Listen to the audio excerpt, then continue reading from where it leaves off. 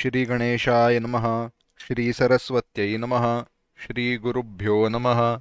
श्रुतिस्मृतिपुराणानाम् आलयं करुणालयं नमामि भगवत्पाद शङ्करं लोकशङ्करं।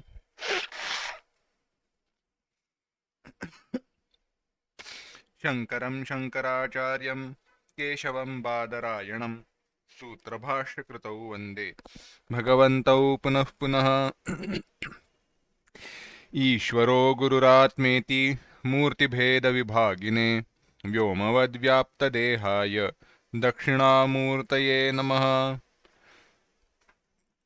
योऽन्तः प्रविश्य मम वाचमिमां प्रसुप्तां सञ्जीवयत्यखिलशक्तिधरस्वधाम्ना अन्यांशहस्तचरणश्रवणत्वगादीन् प्राणान् नमो भगवते पुरुषाय तुभ्यम्। वंशीविभूषितकरान्नवनीरदाभात् पीताम्बरादरुणबिम्बफलाधरोष्ठात् पूर्णेन्दुसुन्दरमुखादरविन्दनेत्रात् कृष्णात् परं किमपि तत्त्वमहं न जाने। वसुदेवसुतं देवं कंसचाणूरमर्दनं देवकी परमानन्दं कृष्णौ वन्दे जगद्गुरुम्।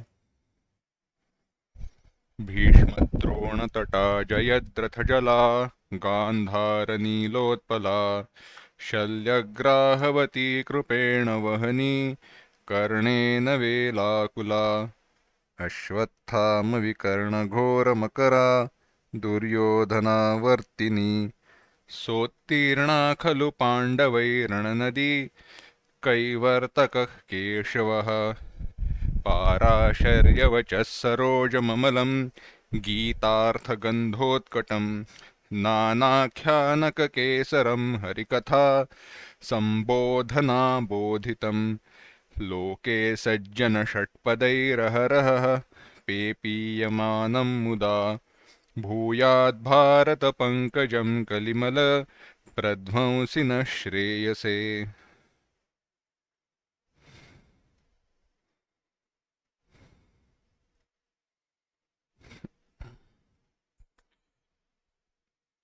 भगवद गीता के 18वें अध्याय का हम चिंतन कर रहे हैं।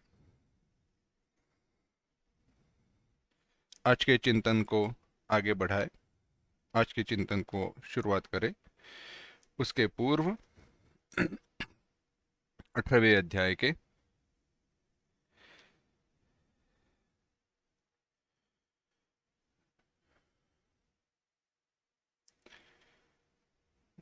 33वें श्लोक से लेके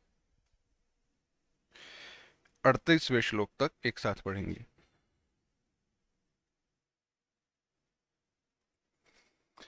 धृत्या यया धारयते मनः प्राणेन्द्रियक्रियाः योगेनाव्यभिचारिण्या धृतिः सा पार्थ सात्विकी यया तु धर्मकामार्थान् धृत्या धारयतेऽर्जुन प्रसंगेन फलाकांक्षी धृतिः सा पार्थ राजसी यया स्वप्नं भयं शोकं विषादं मदमेव च न विमुञ्चति दुर्मेधाः धृतिः सा पार्थ तामसी सुखं त्विदानीं त्रिविधं शृणु मे भरतर्षभ अभ्यासाद्रमते यत्र दुःखान्तं च निगच्छति यत्तदग्रे विषमिव परिणामे मृतोपमं तत्सुखं सात्विकं प्रोक्तम् आत्मबुद्धिप्रसादजं विषयेन्द्रियसंयोगात् यत्तदग्रे मृतोपमं परिणामे विषमिव तत्सुखं राजसं स्मृतम्।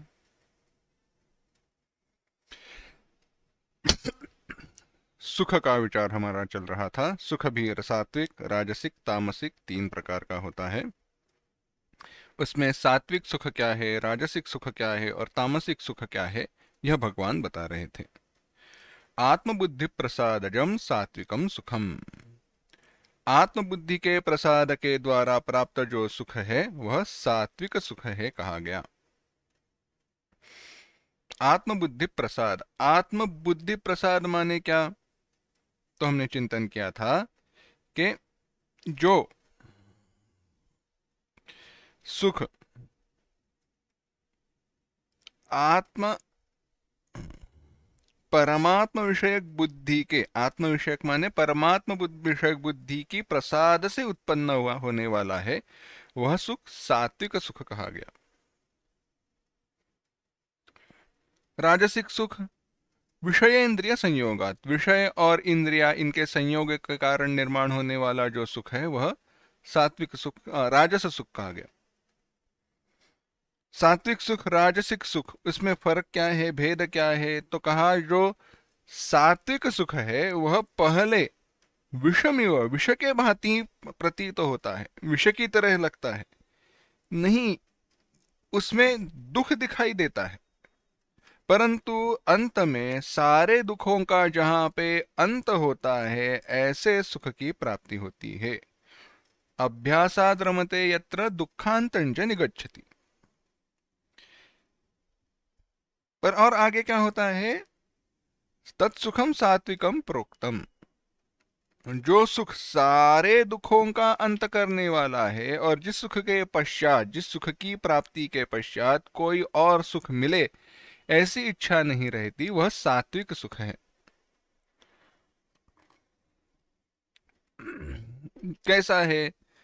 तो कहा था आत्मनः बुद्धिः आत्मबुद्धिः आत्मबुद्धेः प्रसादः नैर्मल्यं सलिलवत् स्वच्छता ततः जातम् आत्मबुद्धि प्रसादजम्।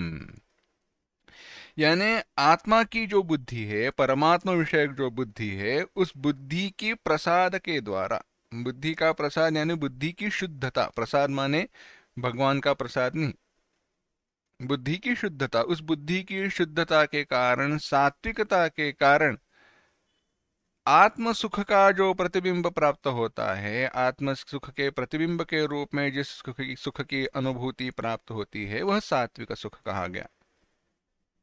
उसमें सारे दुखों का अंत होता है, माने वहां पर दुख का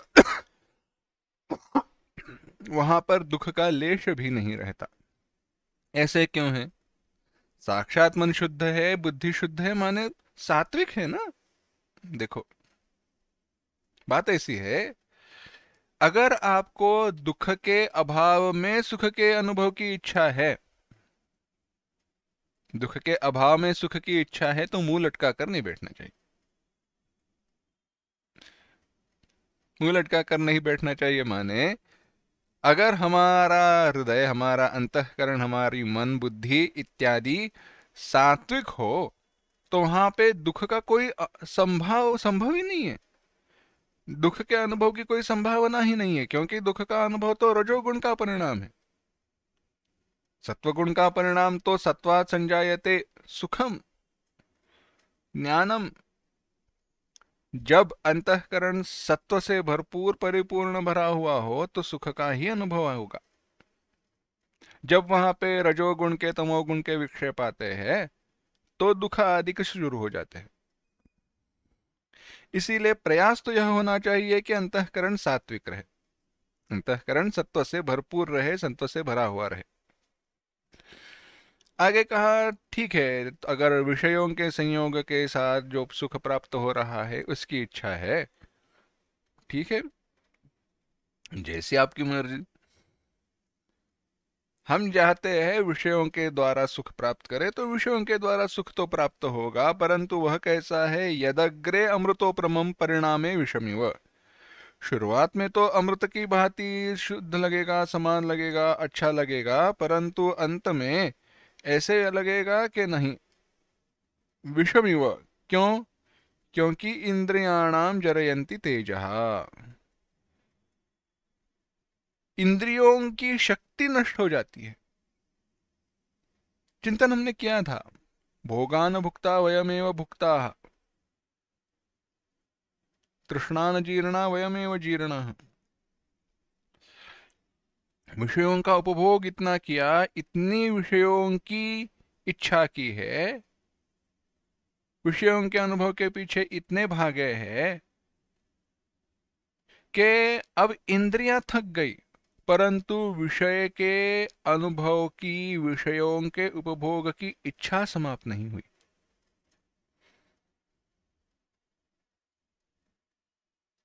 सामान्य सी बात है, हमारे हृदय में वह वैराग्य उत्पन्न नहीं होता।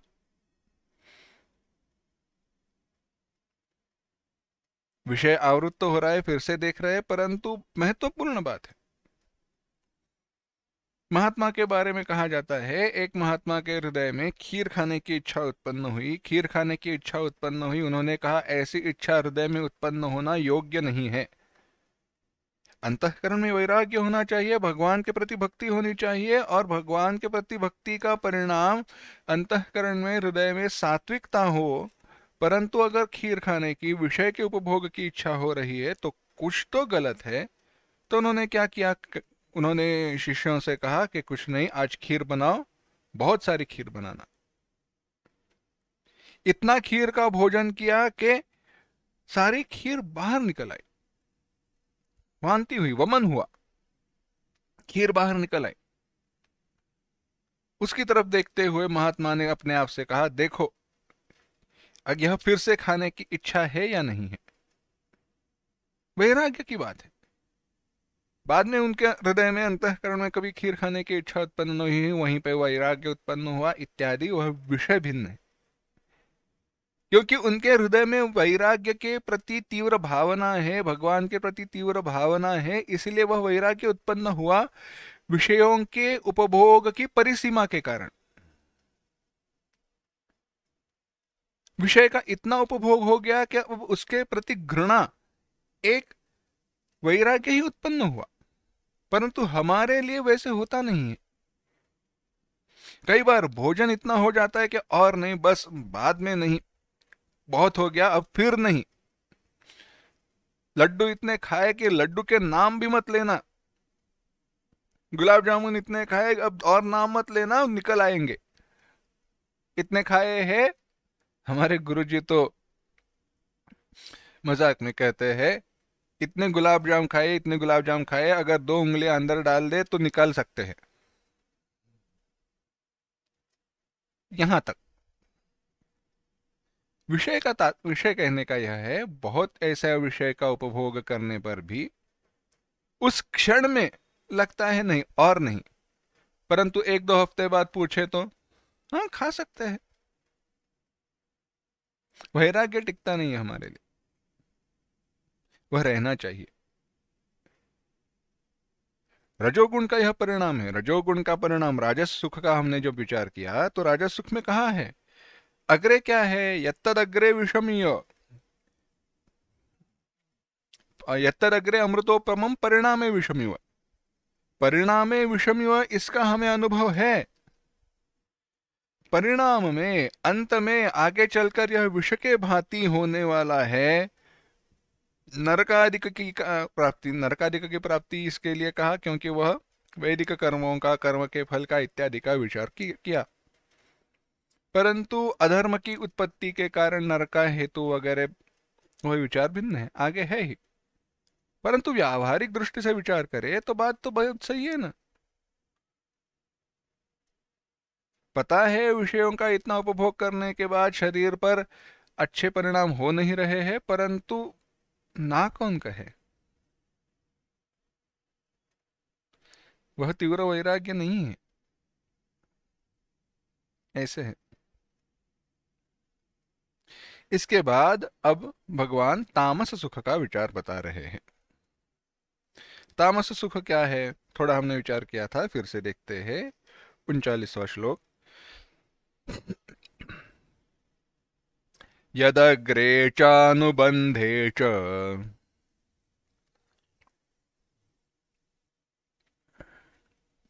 सुखम मोहनमात्मनः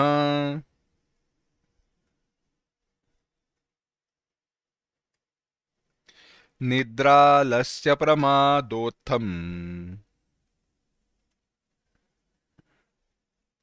तत्तामसमुदाहृतम्।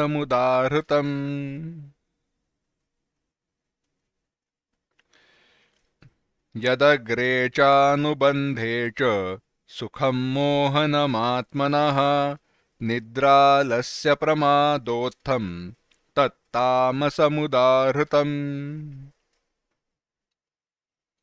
यत् सुखम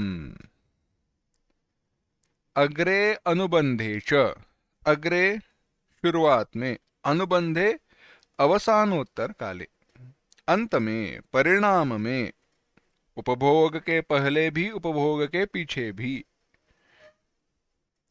आत्मनः मोहनम, आत्मा को मोहित करने वाला है, आत्मा को मोहित करने वाला होता है। तथा निद्रालस्य तत्, निद्रालस्य प्रमादोत्थम, निद्रा, आलस्य और प्रमाद, इन तीनों से उत्पन्न होता है। प्रमादोत्थम, निद्रा, आलस्य, प्रमाद इत्यादि से उत्पन्न होने वाला। तत् तामसम उदाहृतम, उसे तामस कहा गया है।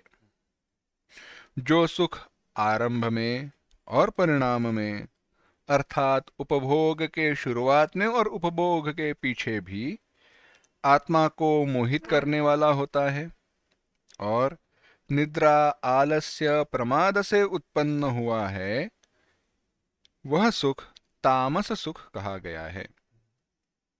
वह सुख तामस सुख कहा गया है।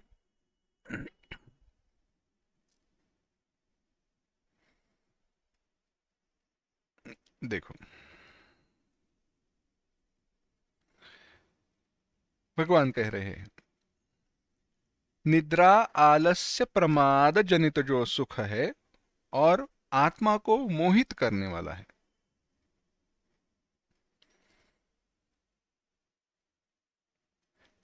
एक बात ध्यान में रखना, भगवत गीता के पूर्व अध्याय में, छठे अध्याय में, युक्ताहार विहारस्य युक्त चेष्टस्य कर्मसु युक्त स्वप्नावबोधस्य योगो भवति दुःखः, जिसका आहार विहार युक्त है, क्रियाएं युक्त है, मर्यादित, एप्रोप्रिएट, जितनी होनी चाहिए उतनी, युक्त स्वप्नावबोधस्य, निद्रा भी जिसकी युक्त है, योग्य है, तस्य दुःखः योगः दुःखः भवति, योग दुख का अंत करने वाला होता है। माने अगर माया के 3 गुण हैं, सत्व गुण है, रजोगुण है, तमोगुण है, और तमोगुण के परिणाम स्वरूप अगर निद्रा आदि प्राप्त हो रही है और निद्रा में सुख का अनुभव है, तो वह बुरा नहीं है, परंतु कितना सोना चाहिए वह बात देखनी चाहिए ना। सोते ही रहे तो क्या बात है, ऐसे नहीं। निद्रा में सुख है, क्यों है? होता ऐसे है, निद्रा में मन और इंद्रियों की क्रियाएं बंद हो जाती हैं। मन और इंद्रिया काम करना बंद कर देते हैं। अब कहते हैं दुकान बंद, कुछ नहीं मिलेगा, कल आना, मार्केट बंद हो गया, दुकान बंद हो जाता है। ऐसे होने के कारण, थकावट के कारण, कुछ भी हो, दुख का वहां पे अभाव हो जाता है, क्योंकि दुख का अनुभव करने वाली, कराने वाली इंद्रियां, मन, दुख का अनुभव करने वाली, दुख का यानी कोई अनुभव करने वाली इंद्रियां और उसको सुख दुख समझने वाला मन उपलब्धि नहीं है। अंतःकरण का लय हो जाता है। सुषुप्ति अवस्था में जब हम सो जाते हैं, निद्रा में, जहां पे कोई सपना भी नहीं देख रहे, वहां पे होता है ऐसे है, होता यही है। क्या हुआ? दुख का अनुभव नहीं है, क्योंकि दुख का अनुभव करने वाला, यह दुख है कहने वाला मन ही उपलब्ध नहीं है। तो जब दुख का अनुभव हो, दुख के अनुभव का अभाव हो जाता है, मन, इंद्रिया, उनको विश्राम मिल जाता है, तो उनको विश्राम मिलने के कारण सुख की प्रतीति होती है, और वह सुख निद्रा जनित सुख कहा गया है। यह सुख की भी एक विशेषता है। जब तक गहरी नींद में है, सोए हुए है, तब तक वह सुख है, बात भिन्न है। परंतु यह सुख है ना, यह आत्म सुख के अत्यंत निकट जाने वाला सुख है। स्वपिति, संस्कृत में कहते हैं स्वपिति।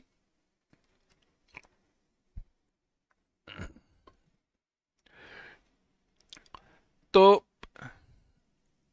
छांदोग्योपनिषद ने उसकी व्युत्पत्ति बताई, स्वम अपीतः भवति। स्वम आत्मानम अपीतः प्राप्तः भवति। निद्रा में, गहरी नींद में, सुषुप्त अवस्था में हम हमारे आत्मस्वरूप को प्राप्त करते हैं। हाँ, बड़ी अच्छी बात है। गहरी नींद में हम हमारे आत्मस्वरूप को प्राप्त हो जाते हैं, आत्मस्वरूप में लीन हो जाते हैं। परंतु वहां पर अज्ञान का आवरण होने के कारण हमें पता नहीं चलता, हम जानते नहीं है। सोदाहरण स्पष्ट किया है छांदोग्योपनिषद ने 6 अध्याय में। उनके आगे वहां पे दृष्टांत देते हुए कहा, सारे जीव जब गहरी नींद में चले जाते हैं तो उसी आत्म तत्व को, आत्मा को प्राप्त होते हैं। अच्छा, तो जागने पर जीवन मुक्त क्यों नहीं हो जाते? अज्ञान के आवरण के कारण जानते नहीं हैं।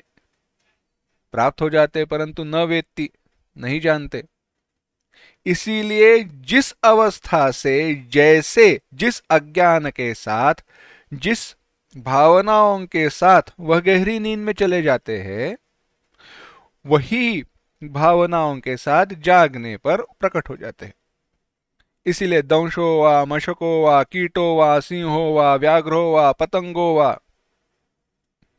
प्राणियों के उदाहरण दिए। अगर कोई शेर है, जब सो जाता है आत्मस्वरूप को प्राप्त होता है, जब जाग जाता है तो कोई शेर मच्छर या मक्खी बनकर नहीं आता, खटमल बनकर नहीं आता। शेर अगर गहरी नींद में चला जाए, सो जाए, तो जाग जाता है तो शेर बनकर ही बाहर आता है। हमारा ऐसे कभी हुआ है? सो गए तब एक थे, जाग गए तो कोई और है? नहीं, अज्ञान है। इसीलिए जब जाग जाते हैं अज्ञान के साथ प्रकट हो जाते हैं। अज्ञान के द्वारा जो विक्षेप है, हाँ यह मैं हूं, जागने पर ऐसे नहीं कहते अरे ये कौन है, मैं कौन हूं। ऐसे होता नहीं,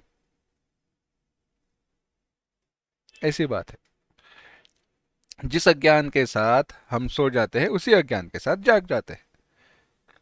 परंतु हमारा हेतु, हमारा विचार का तात्पर्य वहां पे नहीं है। विचार का तात्पर्य कहां पर है? तमोगुण के कारण गहरी नींद में हम हमारे आत्मस्वरूप को प्राप्त होते हैं। जब तक उस निद्रा में रहते हैं तब तक सुख का अनुभव है।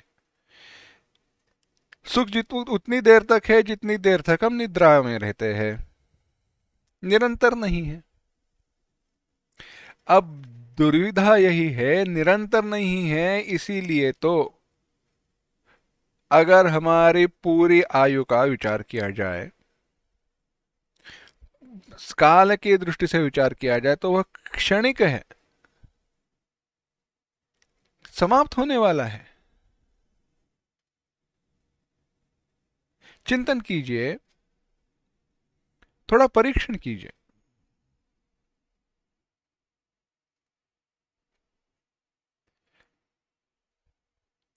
हम जब ध्यान धारणा का अभ्यास करते हैं, मेडिटेशन करते हैं,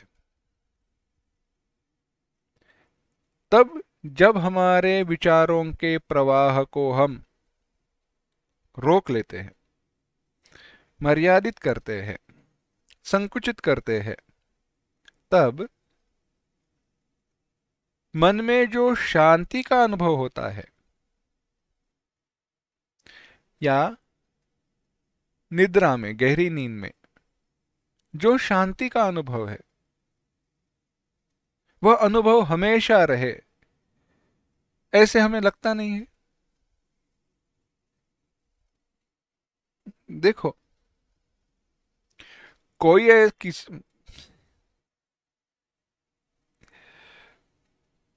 माफ करना, किसी ने ऐसे कहा नहीं है अभी तक, और कहा है फिर भी कोई सचमुच में मन, सचमुच में कहा नहीं है कि इतना सोया हूं कि थक गया।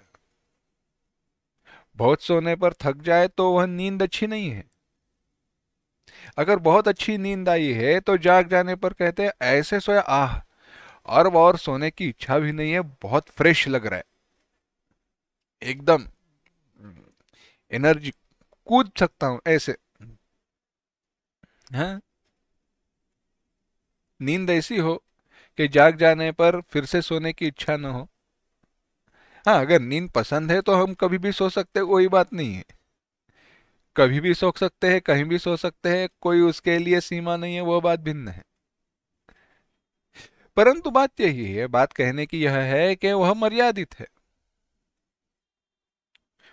दुख में, निद्रा में दुख का अनुभव वहां पे नहीं है।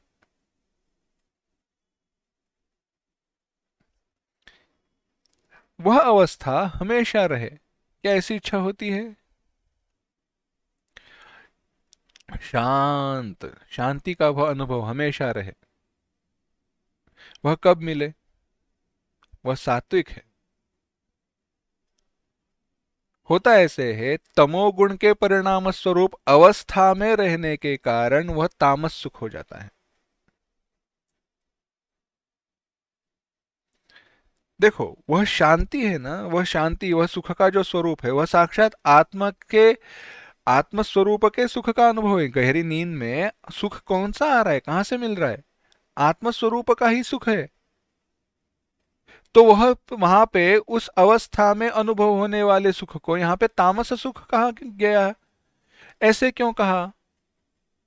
क्योंकि वह अवस्था तामसी है, तमोगुण की प्रभाव तमोगुण की प्रभाव के कारण है, इसीलिए वह तामस हो जाता है।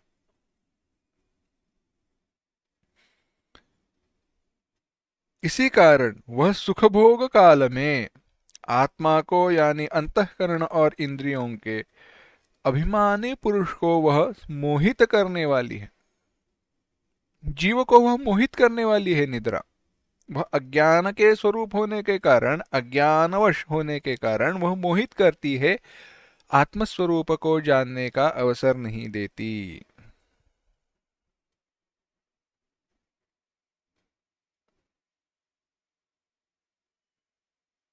शास्त्र ने विचार कहा है, और अगर ऐसे सुख की वासना हो, इच्छा हो, तो ऐसे तामस सुख के आसक्ति के कारण जड़ योनियों में जन्म ग्रहण करना पड़ता है। अजगर, सोते रहो, मगरमच्छ, सोते रहो,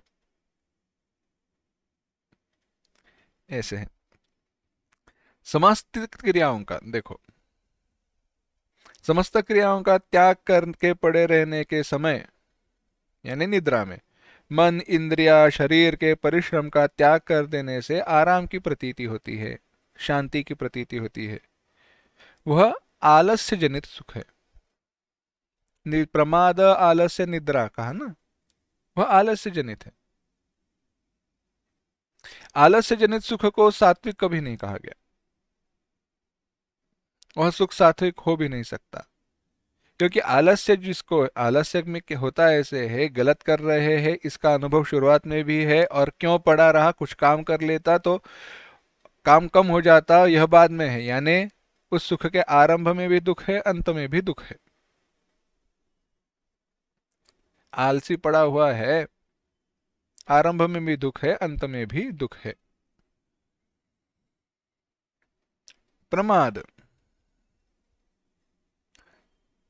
मन बहलाए जाता है, बहक जाता है मन। इसके कारण जो सुख की प्राप्ति होती है, मोह आसक्ति के कारण, वह प्रमाद जनित सुख है। प्रमादालस्य निद्राभिः। आत्मा मोहित होने के कारण वह सुख आरंभ में भी दुखदायक है कहा और अंत में भी दुखदायक है, परिणामे दुखोपमम।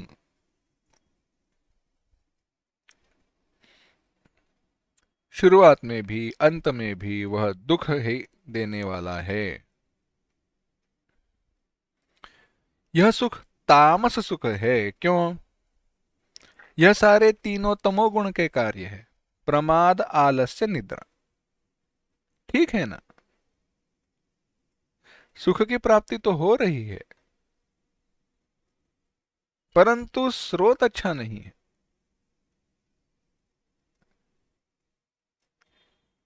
गोला देखो, दृष्टांत देते हैं।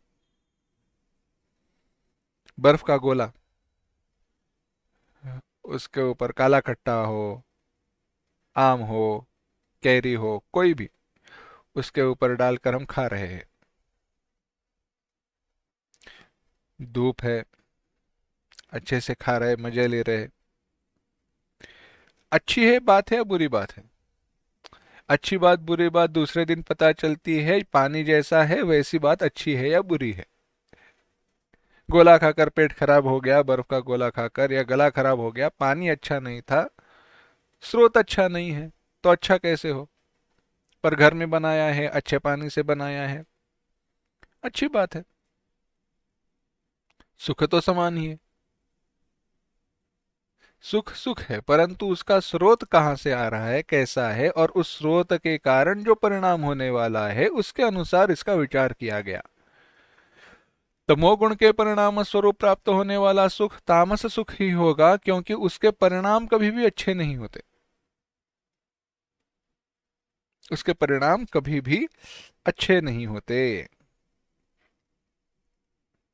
इसीलिए कल्याण, आत्मकल्याण की इच्छा जिसको है, उस मनुष्य को क्षणिक मोहकारक और आत्मा को मोहित करने वाले इस तामस सुख का त्याग करना चाहिए। इस तामस सुख में फंसना नहीं चाहिए, युक्त रहना चाहिए।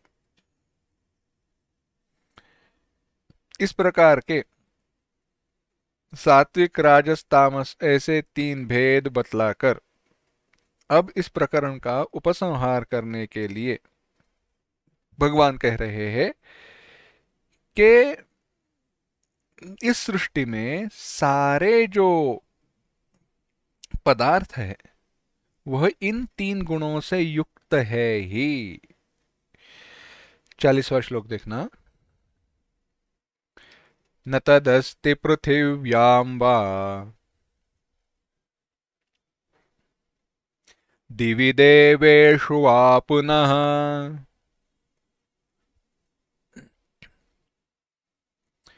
सत्वं प्रकृतिजैर्मुक्तम्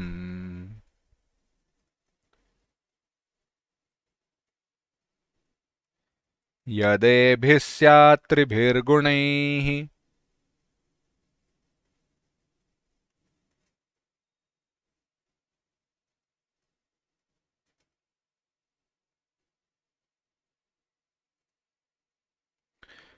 न तदस्ति पृथिव्यां वा दिवि देवेषु वा पुनः सत्वं प्रकृतिजैर्मुक्तं यदेभिः स्यात् त्रिभिर्गुणैः।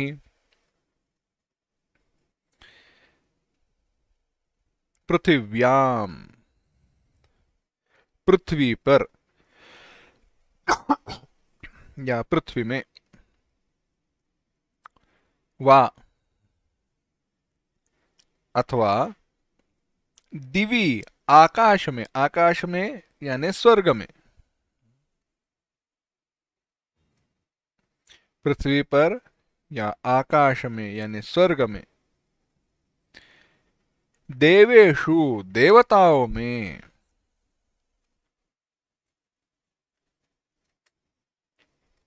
तत् वह सत्वम, सत्व माने प्राणी या पदार्थ,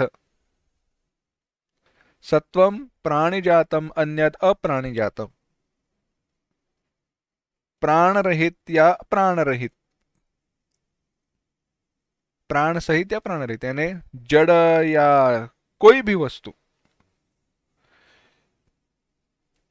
प्रकृतिजैहि एभिः त्रिभिः गुणैः मुक्तम न स्यात्, न अस्ति। ऐसी कोई वस्तु नहीं है जो प्रकृतिजयी ही, प्रकृति के द्वारा उत्पन्न एभिः त्रिभिः गुणैः, इन तीन गुणों से युक्त मुक्त नहीं है। तात्पर्य, पृथ्वी पर, आकाश में, देवताओं में, तस्मात् पृथ्वी पर, देवताओं, आकाश में, देवताओं में तथा अन्यत्र कहां पर भी प्राण सहित प्राण रहित जड़ चेतन कोई भी वस्तु हो, कोई भी पदार्थ हो, ऐसा कोई पदार्थ नहीं है जो प्रकृति के द्वारा उत्पन्न इन तीन गुणों से मुक्त है, तीन गुणों से रहित है। ऐसा कोई सत्व अर्थात मनुष्य आदि प्राणी या अन्य कोई भी प्राण रहित वस्तु मात्र पृथ्वी में, स्वर्ग में अथवा देवताओं में भी नहीं है जो इन प्रकृति से उत्पन्न हुए सत्वगुण, रजोगुण, तमोगुण, इन तीन गुणों से मुक्त हो अर्थात या रहित हो।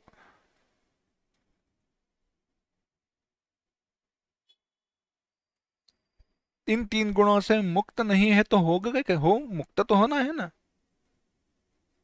हाँ, क्योंकि हम असंग है। तीन गुणों से युक्त क्या है? प्रकृति के द्वारा उत्पन्न पदार्थ है, परंतु हम स्वरूपतः प्रकृति के द्वारा उत्पन्न नहीं हो, आत्मा है। विस्तार देखते हैं। न तदस्ति पृथिव्यां या दिवि देवेषु वा पुनः सत्वं प्रकृतिजैर्मुक्तं यदेभिः त्रिभिर्गुणैः। यहाँ पृथिव्याम, दिवि, देवेषु, यह सारे पदों का विचार किया। पृथिव्याम, पृथ्वीलोक पर, पृथ्वी और समस्त पाताल आदि जो लोक है वह सारे लोक।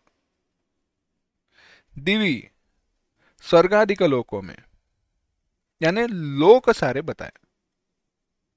सारे जो लोक है वह निम्न पृथ्वी के साथ निम्न सप्त पाताल और सप्त स्वर्ग, सात ऊपर सात नीचे, सारे लोक। देवेशु, देवेशु माने देवतादि, देवतादियों से सारी योनियों का ग्रहण किया।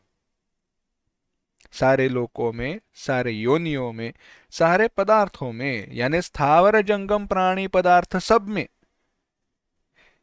इन सब में, भिन्न भिन्न लोकों में, भिन्न भिन्न योनियों में, भिन्न भिन्न पदार्थों में ऐसी कोई भी वस्तु नहीं है, यह बताने के लिए कहा पृथिव्याम दिवि देवेशु। सृष्टि के सारे पदार्थों का ग्रहण इसमें हो गया। कहा सत्वम, सत्वम प्रकृतिजैर्मुक्तम, तो सत्व कहा। सत्व माने सत्व गुण नहीं, सत्व माने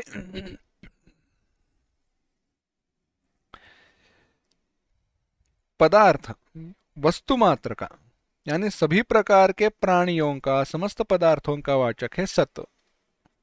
सत्व शब्द का एक अर्थ है अंतःकरण, यानी अंतःकरण से युक्त चेतन प्राणी, अंतःकरण रहित अचेतन प्राणी। उन सारे पदार्थों का वाचक ऐसा कोई भी सत्व से उत्पन्न पदार्थ नहीं है, उत्पन्न तीन गुणों से पदार्थ नहीं है। यह भाव कहने के लिए कहा सत्वम।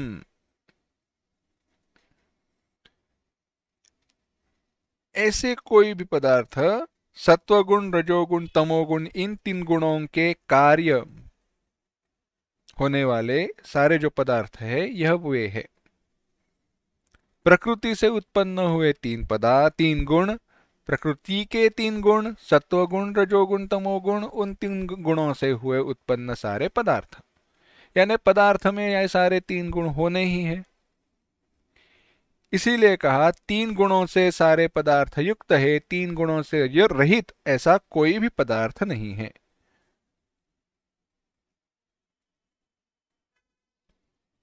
तो बात ऐसी है, लोक दृष्टि से, व्यावहारिक दृष्टि से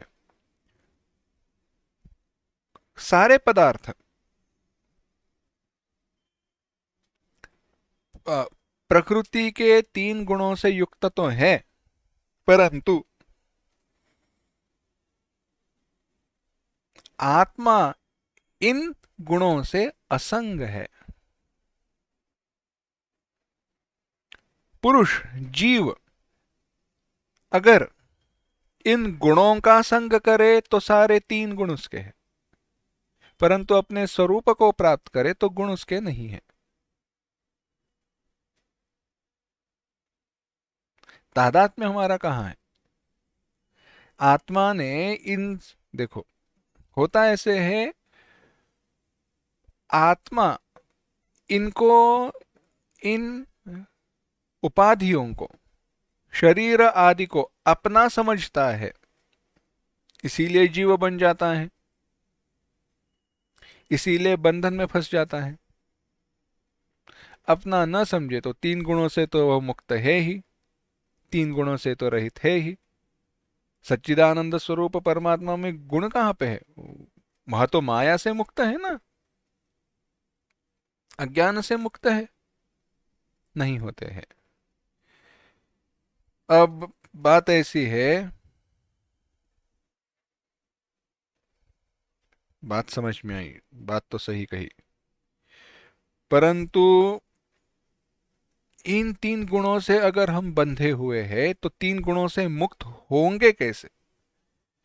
अभी तो हम अज्ञानी हैं, अज्ञान के कारण अज्ञान में फंसे हुए हैं। हाँ है। क्या अभी हम अपने आप को आत्मा समझ रहे हैं? नहीं समझ रहे। क्या हम हमारे स्वरूप को जानते हैं? अभी नहीं जानते हैं। बंधे हुए हैं? हाँ है। यानी 3 गुणों से युक्त है? हाँ है। 3 गुणों से मुक्त होना है? हाँ, मुक्त होना है।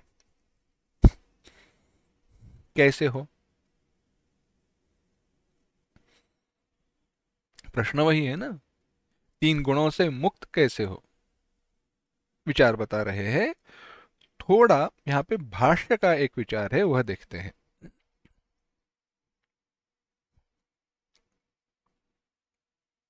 भगवान भाष्यकार यहाँ पे बड़ी सुंदर मीमांसा करते हैं।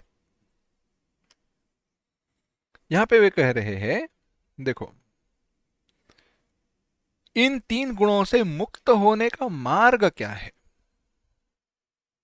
इन 3 गुणों के परिणाम से मुक्त होने का मार्ग क्या है? शुरुआत कहां से हुई, कैसे हुआ, इन सब का विचार अब बता रहे हैं। तो कह रहे हैं, क्रिया, कारक और फल, क्रिया, कारक और फल जिसका स्वरूप है, ऐसा यह सारा संसार,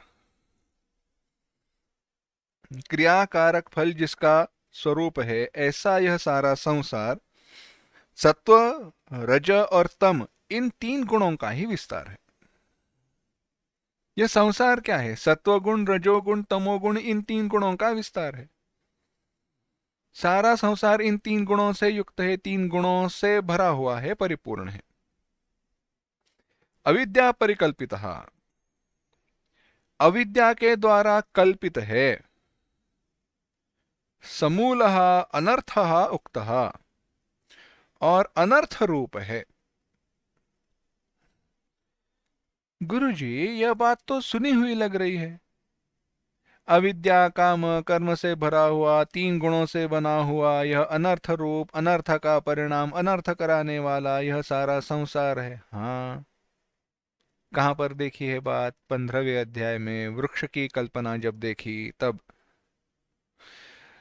यह वृक्ष की कल्पना जब संसार की थी तब यही विचार बताया था। सारे पदार्थ प्रकृति से उत्पन्न हुए हैं। अब यह सारा संसार का परीक्षण चल रहा है। हाँ देखो, थोड़ा कैसे है, जब कभी कभी विचार भी करना आवश्यक है, चिंतन भी करना चाहिए, तब तभी वह ज्ञान, तभी वह वैराग्य इत्यादि का जो है वह दृढ़ हो जाता है। सत्वगुण, रजोगुण, तमोगुण, इन तीन गुणों के विस्तार स्वरूप होने वाला यह संसार जो अविद्या के द्वारा परिकल्पित है, अविद्या के कारण ब्रह्म में आरोपित है, आत्मा में आरोपित है, आत्मा की जगह पर, ब्रह्म की जगह पर यह संसार का अनुभव हो रहा है, संसार की प्रतीति हो रही है। जैसे दृष्टांत, उदाहरण तो आपको पता है ही। दूसरा कौन सा दृष्टांत होगा? सर्प और रज्जु। डोरी की ऊपर जैसे सर्प का आभास हो रहा है, वैसे ही तीन गुणों से युक्त इस संसार का अनुभव आत्मा की जगह पर हो रहा है, क्योंकि अविद्या कारण है।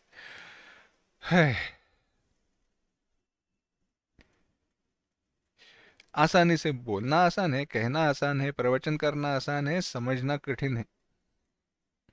15वें अध्याय में वृक्ष की रूप की कल्पना के द्वारा ऊर्ध्वमूलमधशाखमश्वत्थम प्राहुरव्ययम छंदांसि यस्य पर्णानि इत्यादि का सारी कल्पना, सारा विस्तार कर दिया।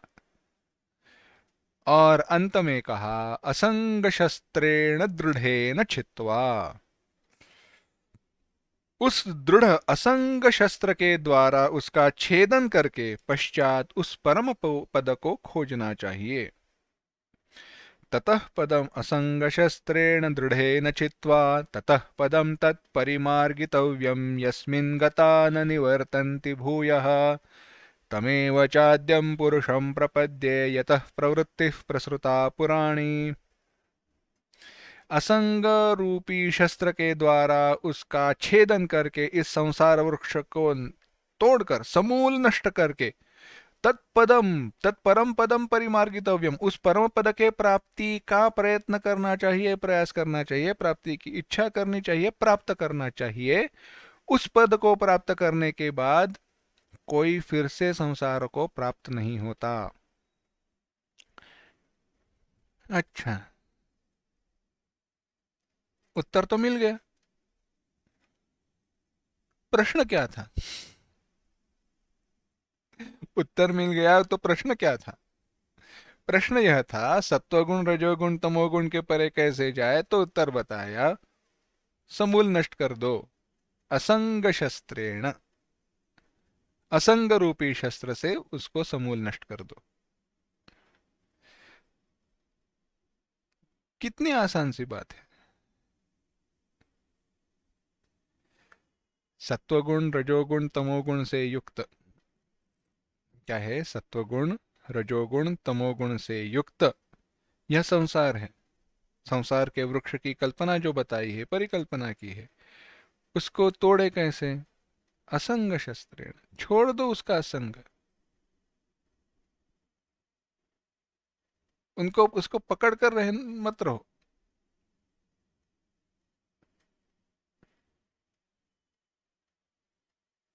छोड़ दो।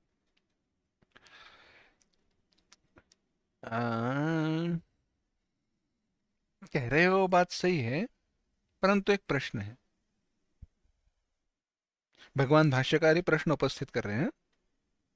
हमारे हृदय में, हमारे मन में ऐसे प्रश्न आएंगे नहीं, आएंगे तो भी हम कोई चिंतन करेंगे नहीं। आगे बढ़े, एक दृष्टांत बताते हैं तो असंग क्या है, संग क्या है, बात ध्यान में आएगी। एक चित्रपट है, ब्यूटीफुल पीपल करके, प्राणियों के ऊपर है। केनिया, टांजानिया, दक्षिण अफ्रीकाई देशों में, अफ्रीकाई जो देश है वहां पर के जो प्राणी हैं उनके बारे में, उनके लोग कैसे रहते हैं, इसके बारे में वह सारा चित्रपट है। उसमें एक बात दिखाई है। तो वहां पे रहने वाले जो लोग हैं, अब वहां पर जो जंगल है वह भी सूखा है, रेगिस्तान तो नहीं है, परंतु बहुत सारा घना जंगल है, बहुत सारे वृक्ष है, ऐसे भी नहीं है। पानी की उपलब्धि कम है, मर्यादित है।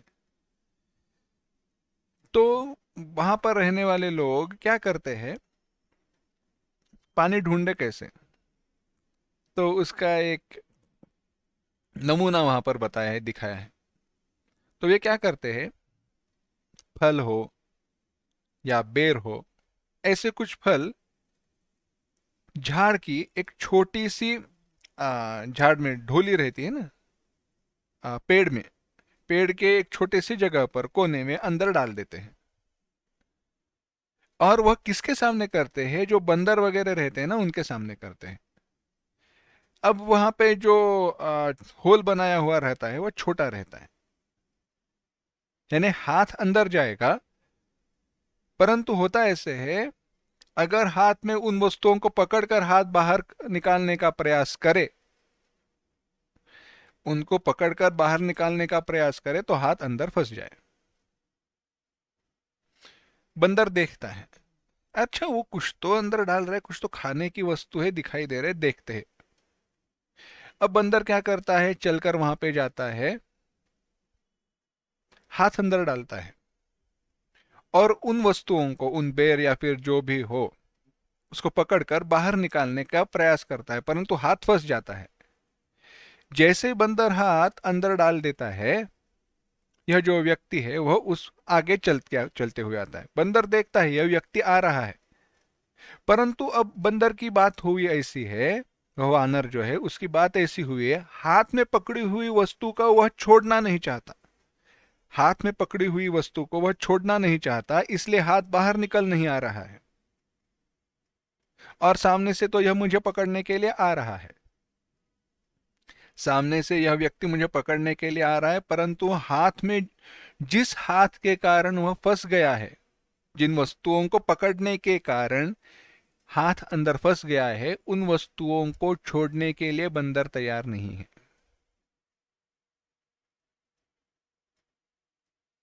बाद में वह व्यक्ति उसको पकड़ता है, पकड़कर बांध कर रखता है, उसके साथ ही बैठ जाता है, कुछ घंटों के बाद छोड़ देता है, तब तक बंदर प्यासा हो जाता है और बंदर भागने लगता है। यह व्यक्ति बंदर के पीछे पीछे भागते हुए, दौड़ते हुए चला जाता है। बंदर को पता रहता है पानी कहाँ पर है, कहीं गुफा में अंदर वगैरह, वहां तक यह व्यक्ति भी पहुंच जाता है बंदर के पीछे पीछे। इतनी बात है। तात्पर्य क्या है, तात्पर्य पानी ढूंढने में नहीं है। बंदर की जो अवस्था है वह वैसी हमारी अवस्था हुई है। विषयों को हमने पकड़ कर रखा है, इस संसार को हमने पकड़ कर रखा है। काल रूपी मृत्यु आ रहा है, चलकर आ रहा है, हमारी मृत्यु हमें सामने दिखाई दे रही है, परंतु इस संसार को छोड़ने के लिए हम तैयार नहीं है। जैसे बंदर मुट्ठी में पकड़े हुए बेर या फल जो भी था, उसको छोड़ने के लिए तैयार नहीं था। हमारी अवस्था ऐसे हुई है।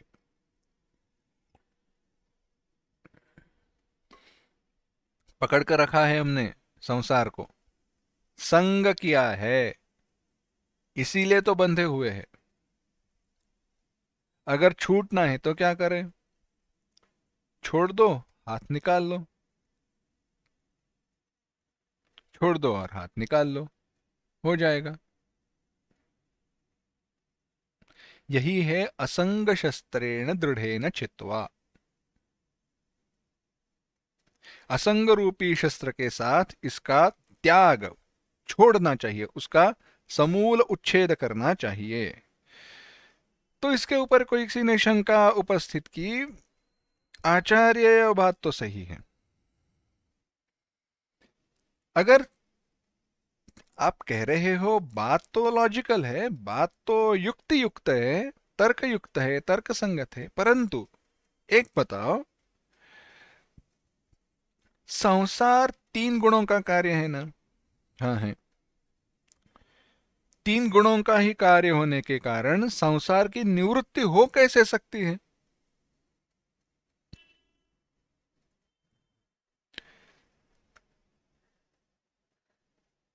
संसार से निवृत्ति होगी कैसे? यह सारा तीन गुणों का कार्य है, कैसे चले जाए? तो इसीलिए जिस उपाय से उसकी निवृत्ति हो वह उपाय बताना चाहिए। संपूर्ण गीता शास्त्र का इस प्रकार के उपसंहार भी किया जाना चाहिए कि परम पुरुषार्थ की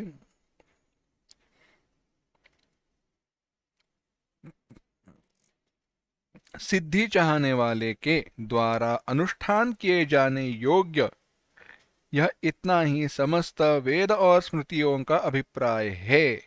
क्या है?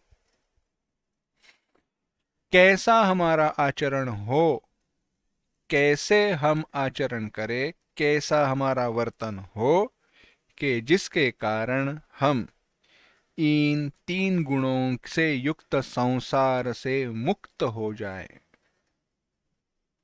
तो इसलिए भगवान कह रहे हैं 41वां श्लोक, ब्राह्मण क्षत्रिय विशाम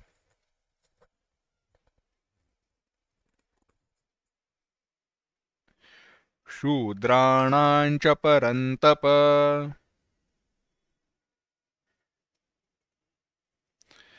कर्माणि प्रविभक्तानि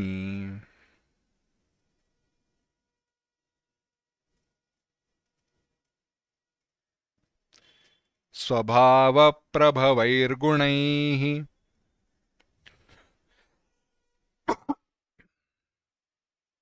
ब्राह्मणक्षत्रियविशां शूद्राणां च परन्तप कर्माणि प्रविभक्तानि स्वभावप्रभवैर्गुणैः। भगवान कह रहे हैं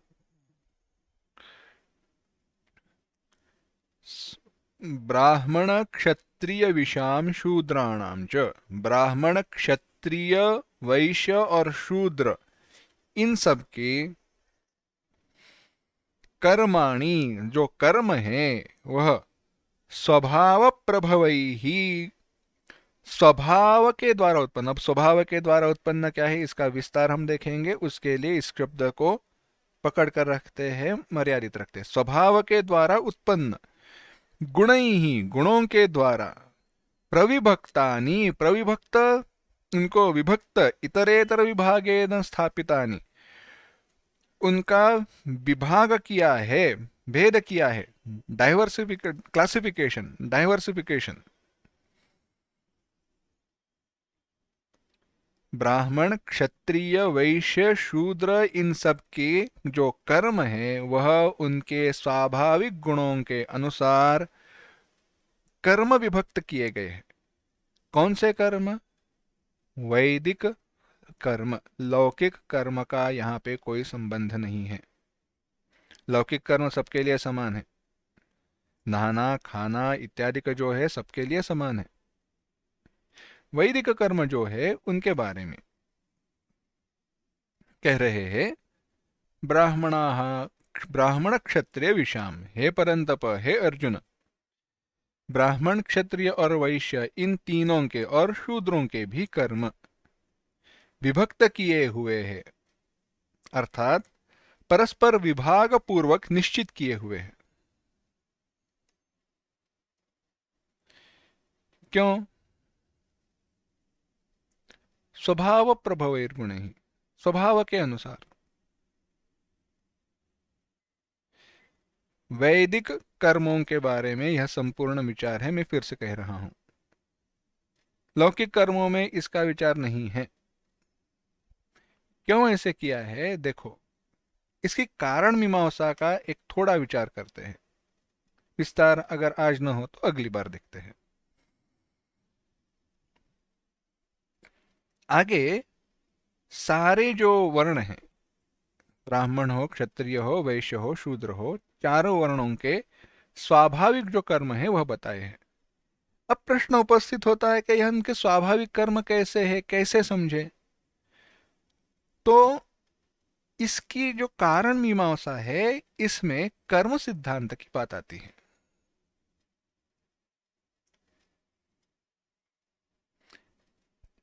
हमने पहले भी देखा है, हमारा जो भी जन्म हो, जिस शरीर में हो, जिस वर्ण में हो, जहां पर भी हो, जैसा भी हो, वह हमारे पूर्व कर्मों के अनुसार है, हमारे पूर्व कर्मों के अनुसार है, जन्म कर्म के अनुसार है।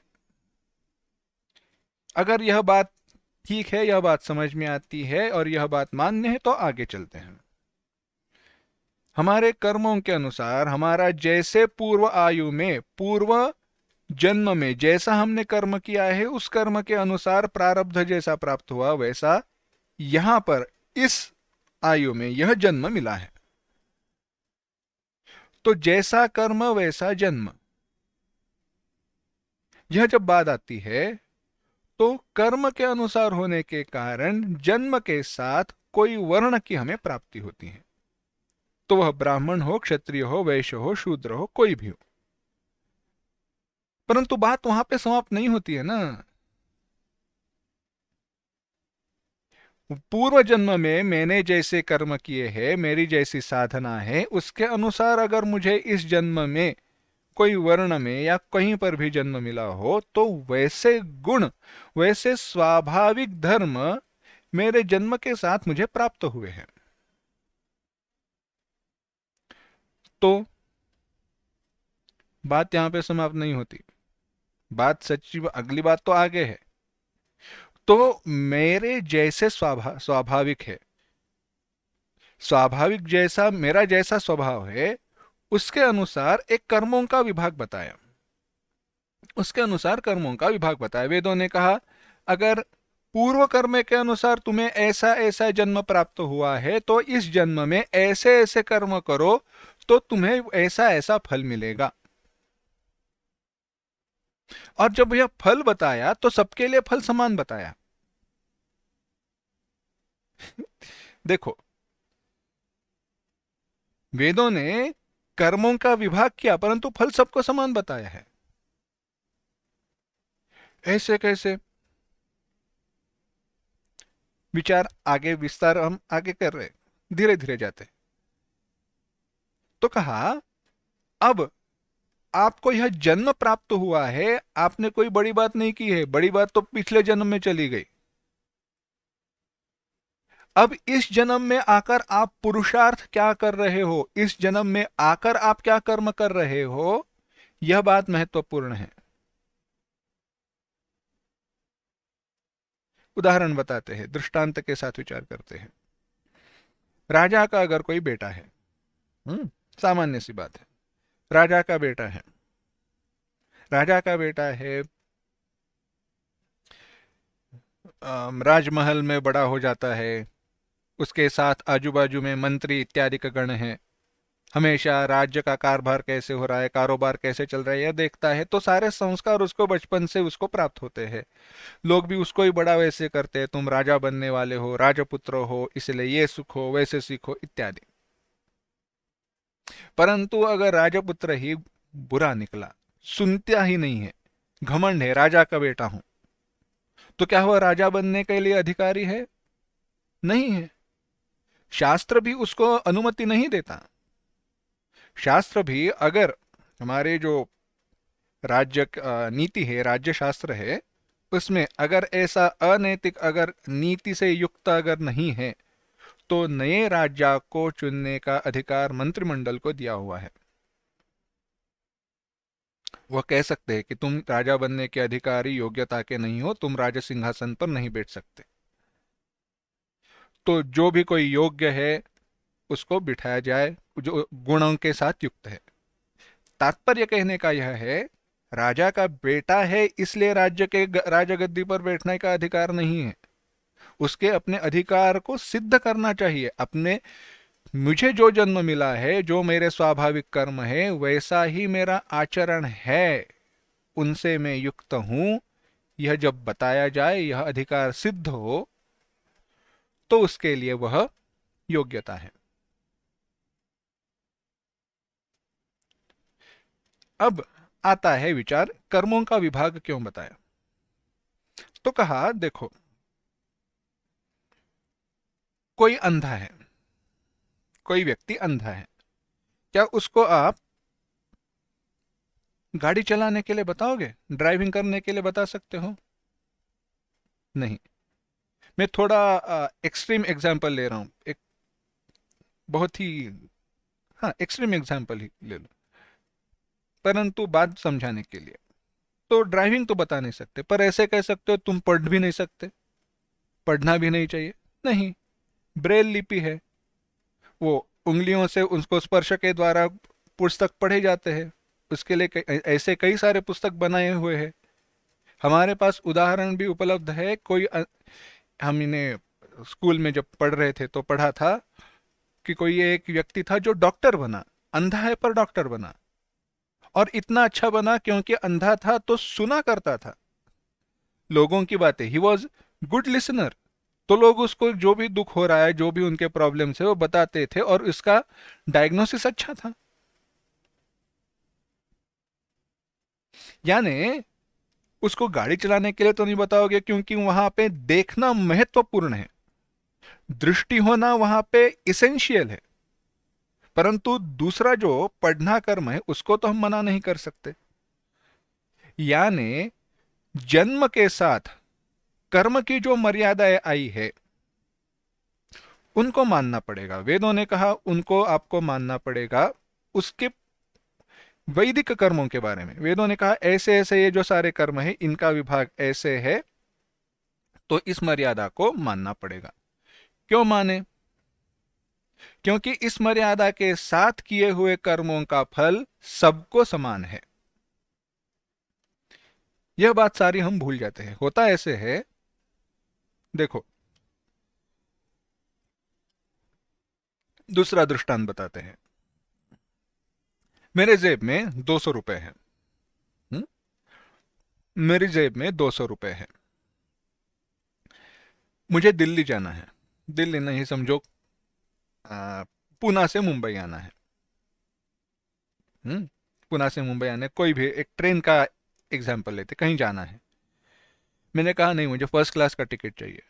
क्या मिल सकता है? नहीं मिलेगा। फर्स्ट क्लास का टिकट कितना है? 800 रुपये।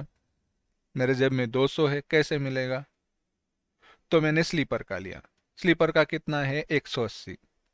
अच्छा ठीक है, 180 रुपये का टिकट लेकर मैं बैठा। क्या आधे में मुझे वो छोड़ देंगे? आधे रास्ते में तो छोड़ेंगे नहीं ना। यानी फर्स्ट क्लास से जाऊं तो भी पहुंचने वाला हूं, स्लीपर से जाऊं तो भी पहुंचने वाला हूं। तो मेरी जो मर्यादा है उसके अनुसार मैंने जो किया हुआ कर्म है उसका फल मुझे वही मिल रहा है जो दूसरों को मिल रहा है। अब अगली बात, मैं इस दृष्टांतों को ही आगे बढ़ा रहा हूं। स्लीपर क्लास में हूं, और मैं स्लीपर में 3A में विदाउट टिकट पकड़ा गया। स्लीपर में मैं विदाउट टिकट पकड़ा गया। कितना दंड भरना पड़ेगा? फाइन क्या है? जो भी एक फाइन की जो है वो है, और टिकट की कीमत है उतनी। फर्स्ट क्लास में विदाउट टिकट पकड़ा गया, फाइन कितना है? उतना ही है जितना स्लीपर में पकड़ा गया, उतना ही है या ज्यादा है? ज्यादा ही रहेगा ना। ऐसे क्यों? अपराध तो समान ही है दोनों का। दोनों का अपराध समान है, विदाउट टिकट पकड़े जाना। तो दंड समान क्यों नहीं है? कैपेसिटी अलग है, क्षमता अलग है, और जन्म के साथ उनकी इनहेरेंट क्वालिटीज, जो गुण है, अलग है। इसीलिए वर्ण व्यवस्था में हमारे यहां पर जिस वर्ण में आपका जन्म हुआ है उसके अनुसार आपके लिए मर्यादाएं भी दी गई है कर्मों की, और दंड भी भिन्न भिन्न है। जब इन दृष्टांतों का हम विचार करते हैं तब अब ध्यान में लेते हैं वैदिक कर्मों के बारे में। जब विभाग किया गया तो जन्म के अनुसार आपकी क्षमता, मर्यादा, और आगे चलकर इस जन्म में आप कैसा पुरुषार्थ कर रहे हो इसके अनुसार इनका विभाग करके बताया। क्योंकि उस मर्यादा के अनुसार आप कर्म करो तो आपको वह फल मिलेगा। अगर ध्यान धारणा करने की मेरी क्षमता ही नहीं है अगर ध्यान धारणा करने की मेरी क्षमता ही नहीं है, मेरे पूर्व संस्कार वासना से युक्त जो अंतःकरण मुझे प्राप्त हुआ है वह भारी चंचल है, बड़ा चंचल है, स्थिर रह नहीं सकता, तो क्या ऐसे व्यक्ति को शास्त्र ध्यान धारणा का उपदेश बताएगा या नाम चिंतन का, नाम संकीर्तन का उपदेश बताएगा? इसीलिए भगवान ने कहा स्वभाव प्रकृति जैर गुण ही, उनके प्रकृति के द्वारा जो उस जन्म में प्राप्त स्वभाव है उसके अनुसार उनको कर्म का विभाग करके दिया है। क्यों? क्योंकि उसके अनुसार वह कर्म करे तो सबको वह मुक्तिदायक, मुक्ति रूपी जो फल है वह मिलेगा। इसीलिए भगवान कह रहे हैं ब्राह्मण क्षत्रिय विषाम शूद्राणां च परंतप कर्माणि प्रविभक्तानि, इनके लिए सारे कर्म प्रविभक्त, कर्म जो है विभक्त, विभाग के अनुसार इनको बताए हैं। कैसे बताए हैं, क्यों बताए हैं, कैसा है और विस्तार हमें देखना है, परंतु वह विस्तार हम अगली बार देखते हैं।